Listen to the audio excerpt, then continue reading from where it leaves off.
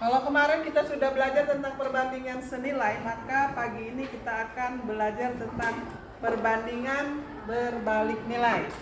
Ini ada tabel. Tabel ini adalah sebuah data yang diambil dari data koperasi tentang angsuran dalam rupiah dan waktu yang dibutuhkan untuk melunasinya. Coba sekarang kita lihat.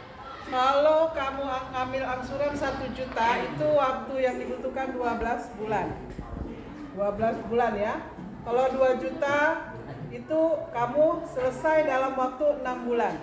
Kalau kamu bayarnya 2 juta itu selesai dalam 6 bulan.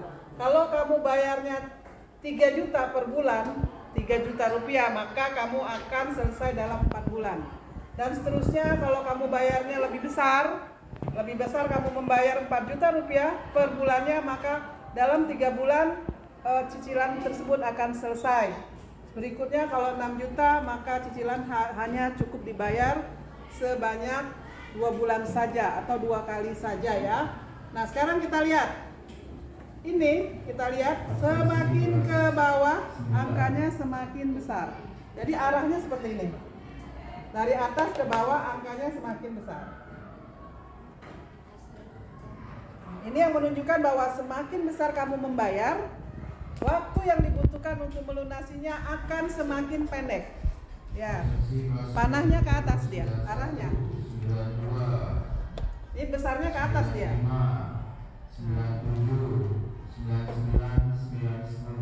Ya, besarnya ke atas. Lihat tanda panah yang sini. Ini menyatakan arahnya semakin ke bawah semakin besar, sementara ini arahnya semakin ke atas semakin besar.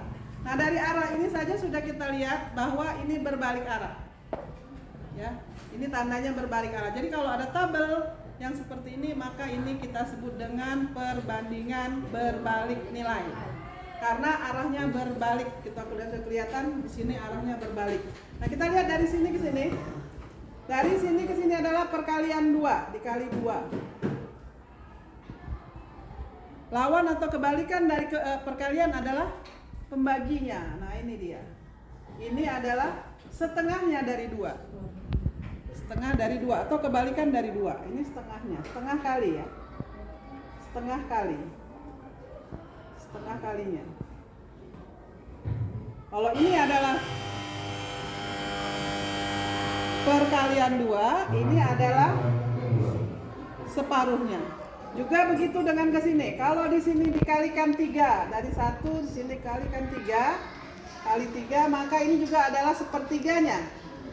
Lihat. Sepertiganya. Sepertiga dari 12. Sepertiga dari 12 itu 4. Kalau ini dikalikan 3 dan seterusnya. Ini adalah ciri-ciri perbandingan yang berbalik nilai. Beda dengan kemarin, kalau dia senilai maka arahnya ini sama. Semakin besar, maka di sini juga semakin besar. Semakin banyak uang kita belanjakan, semakin banyak barang yang kita dapat. Kalau ini tidak, terbalik. Cirinya seperti itu. Nah, sampai di sini kamu bisa memahaminya? Bisa ya? Bisa dipahami nggak?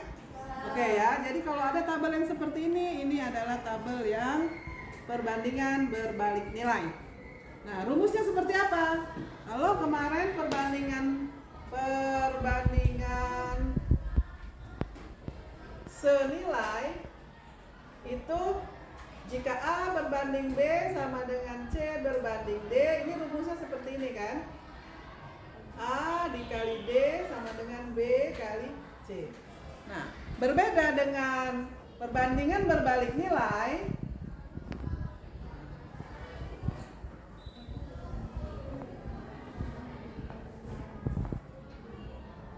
Kita perhatikan dari sini, dari tabel ini. Yang atas 1 dikali 200, 1 juta dikali 12. 1 juta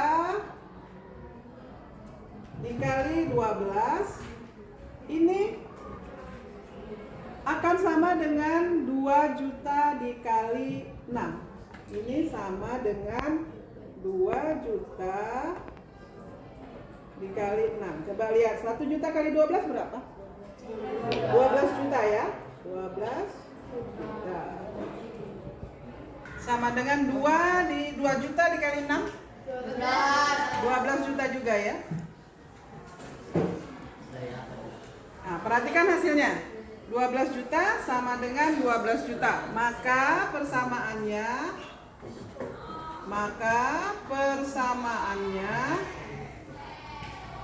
misalkan ini adalah variabel A, yang ini variabel B, ini variabel C, dan ini variabel D, maka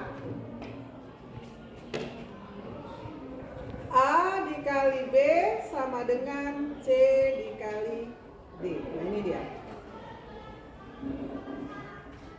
Ya. Ini dia. Jadi A dikali B sama dengan C kali D. Kalau yang persamaan senilai, A dikali D sama dengan B kali C. Nanti kalau ada soal-soal yang tidak bisa kita tebak, kita pergunakan ini. Ya, kita pergunakan bahwa A dikali B sama dengan C kali D. Sampai sini bisa dipahami? Saya persamaannya ya. Nanti kita akan masuk kepada soal lain yang kita akan menggunakan persamaan ini. Bisa dilanjutkan? Oke.